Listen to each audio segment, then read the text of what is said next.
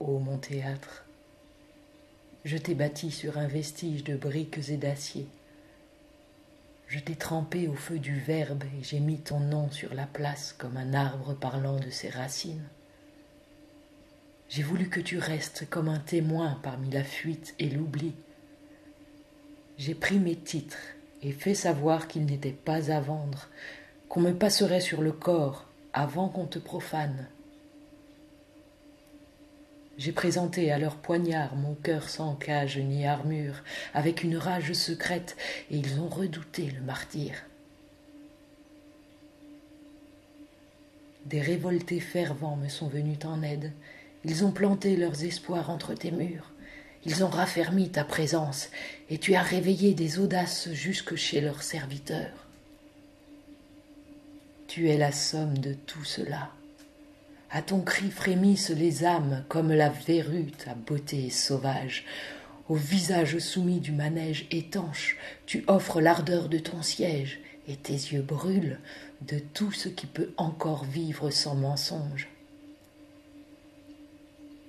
Ô mon théâtre que j'ai bâti sur un vestige de briques et d'acier. Sur terre, que celui qui n'a pas de poème écrit pour l'étreindre, le consoler, le contenir. Qu'il n'y a pas de plus grande douleur que celle qu'aucune voix n'a su convaincre de rester avec elle et qui erre, seule, violente, nourrie par son propre aveuglement, jusqu'à ce qu'un monde ait la force de passer la main sur son épaule. Quand, les deux yeux fermés en un soir chaud d'automne, je respire l'odeur de ton sein chaleureux, je vois se dérouler des rivages heureux qui éblouissent les feux d'un soleil monotone. Se laissant guider par le vent, qui pend dans deux vents, et prenant comme cible la fin de l'impossible, d'un bond précis, la pure lâcheté de s'enfuir, devant l'absence de danger, se lance dans l'idée de précipice, que précipitamment anticipe. Anticipe. Je veille à votre santé. C'est bien. Attention aux excès. Bien sûr. Attention aux abus. Oui, aussi. Je veille sur vos dépenses. Je ne dépense rien. Vous devriez faire des dépenses. Ah oui. Il faut consommer. Ah bon? À consommer, ça relance, tout le monde le sait. Je vais y penser. Je veille sur votre sécurité. D'accord. Je veille sur vos fréquentations. C'est rassurant. Je vous filme dans le métro. Dans le métro? Dans la rue aussi, je vous filme, et dans l'entrée de l'immeuble, et dans l'ascenseur, sur le palier. Sur mon panier, dans l'immeuble? Je filme pour votre sécurité. Oui. Quand vous êtes chez vous, dans le secret de votre chambrette, là, évidemment, quand les volets sont tirés, évidemment, là, je ne sais pas ce que vous faites. Je ne fais rien. Vous êtes sûr? Ben, je regarde un peu la télé. Quelle chaîne? La une. Bien, bien. Et après? Hein? Après la télé, qu'est-ce qu'il fait dans sa chambrette?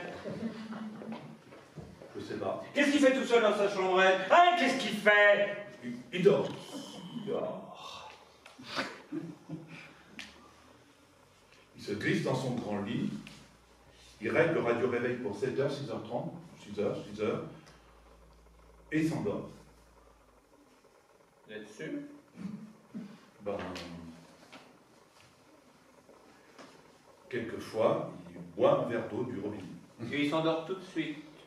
Comme ça, immédiatement. Après son petit verre d'eau. Sans penser un petit peu avant de s'endormir. Non. Non. Il pense pas! Jamais. Il pense pas à contester un petit peu, moi je sais pas quoi, à contester quelque chose qui lui plairait pas. N'importe quoi, un petit truc qui lui plairait pas. Non, il conteste pas. Il n'écoute pas. Il s'endort. Il est fatigué. Vous avez le droit d'être fatigué. Je sais. T'as bien droit de dormir si vous êtes fatigué. Oui. Pendant que je veille. C'est rassurant. Oui.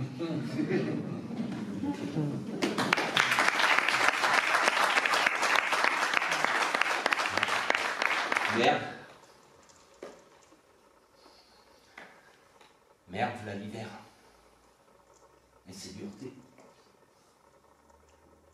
La tente pu se mettre à poil. L'axeuse qui tiennent la queue de la poêle dans le midi vont se carapater. Apprenez à devenir une marchandise crédible. Apprenez à vous vendre, en donnant l'illusion de vous donner. Ne détournez pas le regard. Inutile de regarder ailleurs. Ce que vous devez voir, sans peur, va vous sauter à la gueule. Regardez maintenant. Regardez en face. Sous peu, va vous sauter à la gueule. Va vous sauter à la gueule. Attention, nous sommes tous en quarantaine. Ne restez pas à fixer les lointains. La gangrène de l'âme me fait un drôle de sourire. N'approchez pas trop. Vous pourriez être contaminé. Ne détournez pas le regard pour autant. Obscène, j'aboie devant vous. Voyez? Voyez, elle aboie. Approchez de plus près. Celle gagnée par le froid des images et qui s'évertue par pure maladie à aboyer. Celle gagnée par le froid des images. Inutile de regarder ailleurs. Ce que vous devez voir, sous peu, va vous sauter à la gueule.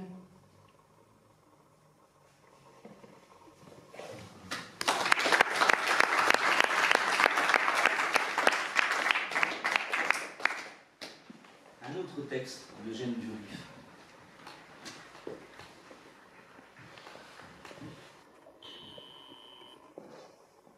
Les mains de mon père. Mains de crevasse et de gerçure.